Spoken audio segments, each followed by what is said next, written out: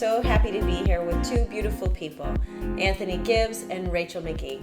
They are artists, they're spiritual path walkers, they're dedicated to their practices, to their lifestyle, to what they represent, and to what they're committed to. These two have jumped onto the path. Some of us wander onto the path, some of us get knocked onto the path. They have actually chosen to jump onto the path. The way of the spiritual path is talking about different ways that people live on their path. So let's check it out. You guys have been coming to the Twin Hearts meditation for almost 2 years. And tell me how that's affected your life and the changes that I've been able to witness your life going through. Okay. Well, so I'm pretty sure it's just about 2 years to the day, right about now. And that it came into our lives just that thin thread. You know, a friend came, was brought by a friend, and then they invited us. And I just remember the first time entering the room, and it wasn't even the permanent room that we're in now. It was a temporary room, so we were crowded, but just I could feel it. And something, you know, I grew up in religion and diverse background of religions, given my parents' history and my ethnicity, but just something about the energy in that room just clicked. And I heard about pranic healing, and you began to talk about your healing work, and I was like, I have to know more. And so then Anthony was able to join the next week, and I'll let him share his story, but just consistently coming at least once a week, you know, doing the Twin Hearts, and it's extremely powerful in that group setting. And I'm just so thankful that you provide that for us every week. And a big shift really was sharing that meditation with others. As soon as we experienced the meditation ourselves, we felt we have to share this with more people. And we attend a lot of music and arts festivals and began sharing it in those settings. And I'll share one tangible story because it involves my business. We shared this meditation with a group at a festival called Halloween down at Swanee of the Spirit Music Park. And there were about 30 of us gathered, and people came from different campsites and came to our campsite to share this meditation with us. And during that meditation, I just felt this calling that this food truck idea that I had to be shared at the following festival that we were going to, which was 3 weeks away. I didn't have a truck. I didn't even have some. I mean, at that point, I was cooking this for people just on a little camping stove. And boom, during that meditation, when we wrapped up, I looked at one of my best girlfriends and I said, I'm serving this at Zen Awakening. And she was like, you don't have a trailer. I was like, it's happening. And within 10 days, trailer popped up on Craigslist, and talked to the founders of the festival, got it okayed, and there you have it. Wow. So, yeah, it's been extremely magical, but with intention. Mm-hmm. Yeah. And then it was like a gifted idea to you. Like, Yeah. Here, we're going to supply you Right. with whatever you need. Exactly. So you can feed the masses. Yeah. With your... Yeah, I think it's just that feeling of support, you know, because it had been an idea on my mind. It had been, the idea was there, the plan was there, but maybe what was holding me back was not feeling supported, and it was just all of a sudden I just felt this like, we got you. You know, just like I had a posse behind me. Nice. Yeah, call them like my golden posse. Yeah, for sure. Yeah. Anthony, tell us your story. Well, the thread is I love that Rachel brought that up, because that in life is always so interesting to look back, because you can never connect the dots looking forward. You can only connect them looking backwards. Mm-hmm. So it's really fun to see like how thin the thread is that we weave, you know, that gets us into these different aspects of our lives, or different places, or where we've moved, or all these different things. So thank you for mentioning that, Rachel. For me, when I came to the meditation, you know, I was like, lift our hands, we're blessing the planet. And it was just like, as soon as I lifted my hands, it was like, and I was like, whoa, like, what is this? You know, I was like, this is real. This is real, you know? So I like to think of the analogy, you know, how we have our devices, right? And we have our phones with us all the time. And, you know, and every night when we go to bed, we plug our phone in to the wall, and then it gets charged up, and then it's able to run and do a function all throughout the day, right? But we do that every night. So really the Twin Hearts meditation, even though we haven't been able to consistently do it every day, just in consistently doing it once a week with a group. Every single Tuesday that we've been in Atlanta, we've come to meditation, like regardless, we just don't miss it, and to me, that's like the plug. Like if we take our cord, our spiritual, mental, emotional, physical cord, and we plug that into the Twin Hearts meditation, and that just recharges, revamps, that gives us the energy to move through the day, that gives us the energy to move through the week. As far as, Rachel's just demonstrated the power of manifestation that this, particular meditation has. I mean, Rachel and I are in a band together. Our group is called Surprisingly Simple, and You got the logo on you're wearing the logo today. So, Surprisingly Simple started because I'm a lighting engineer, by trade and education. So I was working for a commercial light fixture manufacturing company, and it was good. It was a good job, right? Go to school, get a job, get good grades, get a job. That's like the thing, to do, right? And I went through all that, and I was working this job, and it was fantastic, but it was just not fulfilling. Like I was making good money, but it wasn't, at the end of the day, I was still going to this place of work and building someone else's dream.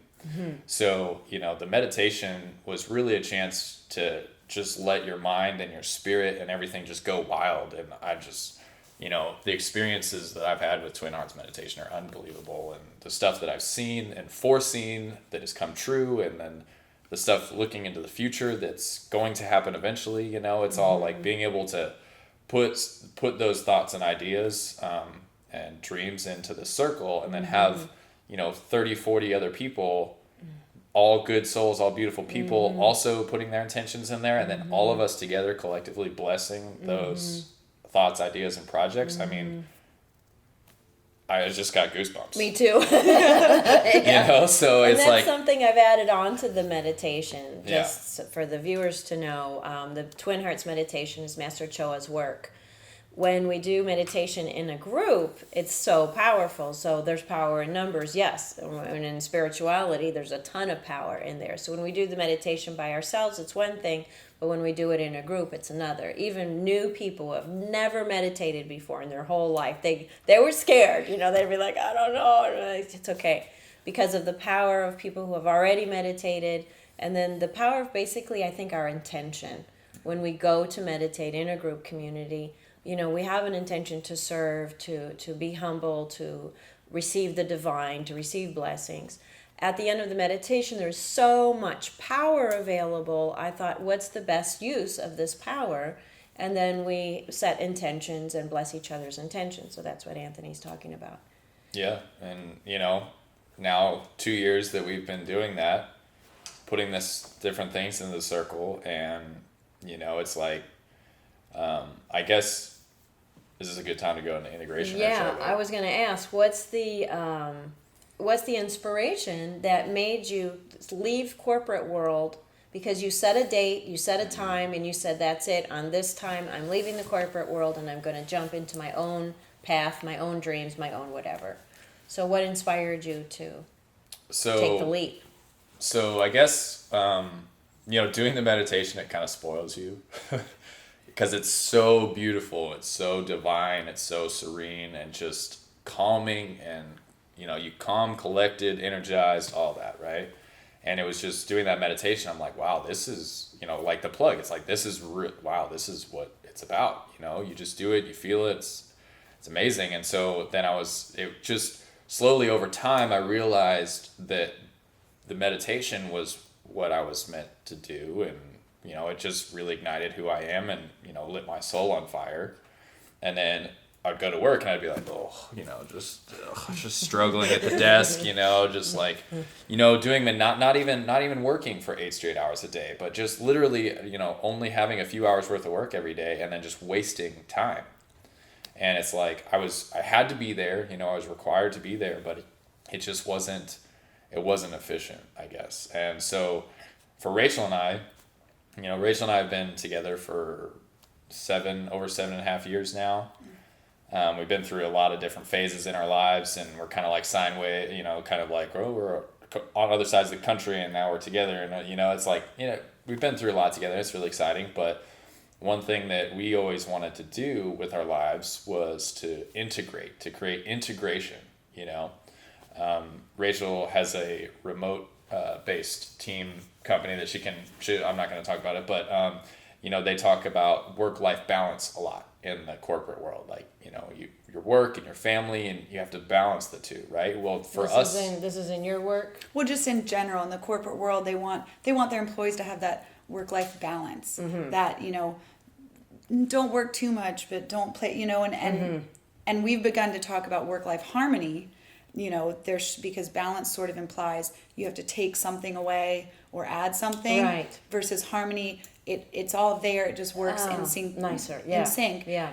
And then we decided to take it a little further. Forget harmony. Let's just integrate it, and work becomes play, and play becomes work. Excellent. So you were telling me the story earlier where you were going to shows. Oh yeah, well Anthony's. Let me. Yeah. That part. That's kind of. Yeah. But Anthony's got the corporate background, and for me, the closest I came to corporate was as a ski instructor, because Vail Corporations is a corporation, but my office was 7 a.m. to 4 p.m. on a ski mountain. So I've never experienced that. You know, 9 to 5, you have to be in the office. That, you know, and I figured it out. I would work for 4 months and save, and then travel, and then work my tail off and then travel, and I, you know, just fill in the gaps, and I figure it out. But it allowed me this freedom to sort of go and play and come back, and I wanted Anthony to come with, but she didn't really give me a choice. It was kind of like she kept going off and doing all this really fun stuff, and I was in corporate America, and I had this chain on my ankle to the desk, you know, like 2 weeks of vacation. I mean, for real, you know. And so you know, she was like, well, I'm going to Guatemala, and I'm going to go build a school, and I don't care if you can't come, but I'm going. And of course I couldn't come, and that was just that there was kind of a series of events that happened that were like, you're not supposed to be here. You're not supposed to be here. You're not, you know, when universe, God, whoever just gives you clues, like, this is the right place or this is not the right place. Yes. There were several of those that like lined up over a period of pretty much really since we started into the meditation and all that sort of stuff, where it's like just a series of things that were like, this is why you need to shift, and this is why you need to jump. And sure, it's scary and you don't know what the heck you're doing, but you need to jump. You got to do it. So, you know, she mentioned integration. You know, while we were in corporate, you know, I was making good money, and we were just going to all the festivals, right? So it's kind of funny because I'm a lighting engineer, but what I really wanted to be doing was lighting design for concerts and shows, because you know, we're visual creatures, humans are. The overwhelming majority of everything that we know is because we've seen it. Yes. Because we've experienced it through sight. Right. So, you know, sound is an incredibly powerful, So you know, incredible. it's very powerful, but, you know, especially when you get to big sound systems and you start to involve like a physical presence, you know, like big subwoofers give you like, it vibrates your whole body, Yep. you know? So it's very powerful, especially when you get into those big systems and stuff. But when you add a light show on top of it, you add visual cues on top of it that like emphasize a snare drum or like an arpeggiator, and the lights are twinkling like this, you know, it creates so much more of an experience, and it's so much more immersive, and you're like, just, it's a whole sensory experience. It's enveloping your entire body. Yes. Yeah. So, you know, so I was like, well, this is what I really want to do. So I always say, instead of spending thousands of dollars and several years in a graduate degree or a doctorate or something like that, pretty much what we did was we just spent several years and thousands of dollars traveling to all these different festivals and seeing, like, you know, what is the stage like. I would always tally up the stage, like I have So like you a were little studying. Excel he spreadsheet had a in little my notebook. mind, He was like taking you know, and notes. I'm like counting the number of fixtures and what kind of speakers do they have, and how does the lights go with the music, and how does the DJ or how does the band interact with the crowd, and how do they move the crowd, and how do they share their message and all this other stuff. So, you know, on Rachel's end, she has a food trailer. So she's like, okay, what food trailers are here? How late are they open? What kind of food are they serving? Is it organic? Is it not organic? Is it wholesome? Does it fill you up? You know, like learning all these different things about her field. So we were able to go to all these things, and it was not only fun, but it was educational. And then over time, just with the consistent work, just putting in the work, like, okay, here's what we learned at this festival, taking it home and applying it and growing our projects. You know, now we've created literally a mobile festival with the two of us. And you you know, do but- music besides you sing. Yeah. You besides all of everything else that's going on. You're a beautiful singer, Thank you. and you create sound. Yeah. So, it was like, again, integration. I want to go back to this and just kind of finish. I've got on a little bit of a tangent there, but, we were going to all these festivals, and for us, that's just life. And for anyone else out there who wants to really experience something different, something super special, I just cannot emphasize enough, like, especially transformational festivals. Like, go find yourself a small transformational camping festival and go spend 3 or 4 days out in the woods with music and arts, and you're going to meet so many amazing people who are all just beautiful, beautiful souls, and everybody's so creative and so loving, and it's just one of the most amazing experiences in our life every single time we do this, right? So for me, I was in corporate America. I would, work Monday through Thursday night. Rachel would come pick me up from the office on Thursday night. We would drive however many hours to go to, to the festival, have a great time at the festival for 3 days, but then you're just dreading Sunday night so bad, because it's you're having the most high experience ever, like peak experience, life experience. And then on Sunday night, you got to drive several hours back home. You got to try to sleep for a few hours. And then on Monday morning, guess where you got to be? You got to be at the desk. And that's, I think, something that that's what I think.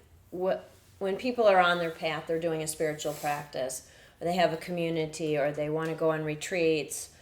There's always this dualistic life, the made in America lifestyle. Go to school, get married, have kids, white picket fence, that whole routine. That's still very much in our world. Or do spiritual thing. And it seems like either or. People want to wear like hippie clothes, but then they can't wear those in the public workspace because it doesn't fit. So many people, especially in the beginning of the spiritual path, they have a dualistic life that you are living, and then eventually you just have to, no, you don't have to, but everything inside says jump, take the leap, take the leap. So what you did was working your magic within your spiritual practice and starting to create, how can I make a business out of this? When we're on our spiritual path, we might be making jewelry, or teaching children about spirituality, or doing something that we just volunteer. We just do it for free because we love it. We're so passionate about it. And very many people ask, how can I possibly make money doing my spiritual thing that I love to do? There's a way. So you guys made your way, and I remember you told me, this is the date, this is my deadline here, and then you guys both were coming into doing the subconscious work. So how did that play, Rachel? How did that play into the world that you've created for yourself today? Wow. Well, the subconscious work was like icing on the cake. And this is the IFS work that you do. Just because, going to the Twin Hearts, it's great to be surrounded by, I already talked about the support that you feel there, because there's physical people there practicing the same thing. But then when you feel the energy of their posses coming on down to support, it's incredible. And then you go into that subconscious work. And for me, that just, it can be difficult sometimes, to have that stuff come up that you didn't even realize you were battling down there. But the power that comes with that, of the awareness, and I think that's part of it too. Just awareness is the most, I don't know, it's like a key commodity in life. It is, especially on the path. Right. It's one of the main headliners of. Right, exactly. And so I think, just this awareness of support, and then this awareness of all the parts inside of me that and that's where the integration versus balance comes in, I think, for me, because I don't need to get rid of those parts. Some stuff No, it's to unburden them. Yes. So when a part of us, say there's a shy part, and then when that shy part is unburdened of the insecurity or the fear, right, it can still be shy, but in more of a humble way rather than a scared way. Exactly. And to just release some of the negativity surrounding those parts. Yes. And let them shine their brightest and be like, okay, well, you're my shy part. Be that, and you're my manager. Be that. And to be able to speak to all those parts, yeah, that gave me a feeling of support within myself. Excellent. So the Twin Hearts was sort of this external support, and then the IFS work it's just this tapping into that inner power that we keep hearing is there, and it's becoming more talked about, but learning how to actually grab hold of it and guide it yourself is just, I mean, it's priceless. Yeah. So that's Awesome. what it's been for me, for sure. That's beautifully articulated. Thanks. Yeah. Yeah. Mic drop. Well, yeah. And that's only in 3 sessions with you. So, it's like, man, if, and I got to start tapping into the Skype lessons with you. There's Yeah. the Skype sessions. That's right. Now that we're Yeah. all over the place. Yeah. So, yeah. Yeah, it doesn't matter where you are. Exactly. Yeah. So I don't know about for What's you. the internal family system work done for you? So there's layers to everything. Yes, lots of layers. Right? And so it's been really fun and terrifying, and there's been a lot of WTF moments, if you all know what that stands for. But it's really it's worth it for sure. And the IFS sessions, the internal family systems, the subconscious work, just go to places that you never even knew. I mean, maybe you knew, but then other stuff comes up and you just weren't even aware. So my first session, I remember vividly, actually, one of our songs, a part of lyrics from one of our songs is about our first session. So I just remember, just being, just laying there, with the blanket over and just, and you do your thing and your invocation, and it was just like taking a dive, like deep. So the lyrics of the songs are: plunge into the subconscious, navigate the abyss, soak in the silence, a pool of weightlessness. And that's what it felt like. I mean, it was just like, that song is called Breath of Fire. It's the second song off of our debut album called Become to Know. And, it's this beautiful, Rachel just goes, she's like, thought it'd be fun to go, dive way down deep, and that's what you're really doing, is you're diving deep into yourself, and you're really learning a lot about who you are.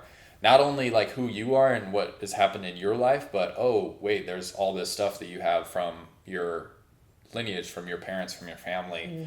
It's all part of who you are today. Right. You know what I mean? The way you were And brought up. past lives, if that's in your belief system. Yeah, past lives, absolutely. And so the first IFS session, I just remember, going back to my freshman year of college self, and literally myself in my current state of awareness and like spirituality and everything, being back in my dorm room with my past self.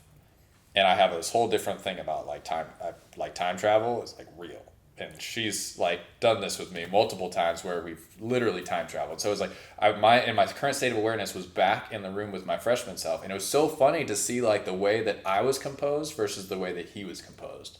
Like I remember just walking in and I'm like, just, whoa, cool. It's so cool to be back here, And then he's just like, just like, because I was just super depressed at that time in my life. I was just confused and depressed, and went from, captain of the basketball team and president of the student council senior year of high school to freshman year of college, being a no one pretty much, like not doing well in school, not being excited about calculus, like whatever. So it was just interesting though, because we were able to work through that stuff, and I was able to communicate with my past self and just be like, yo, buddy, it all looks good over here. Just don't even worry. Like, what's up? Like, what's going on? What are you stressed out about, And we were able to work through this stuff, and he was angry, and I just remember you saying is that, just let it out, right? And he's like, my past self starts yelling, ah.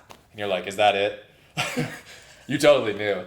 And then he just starts ripping the bunk beds down, just like, and just breaking stuff, and just, just like getting all that frustration off. And I just remember, very vividly, you were like, okay, now we're going to unzip this layer.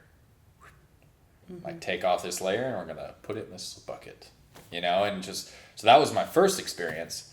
Now I think I've had 4.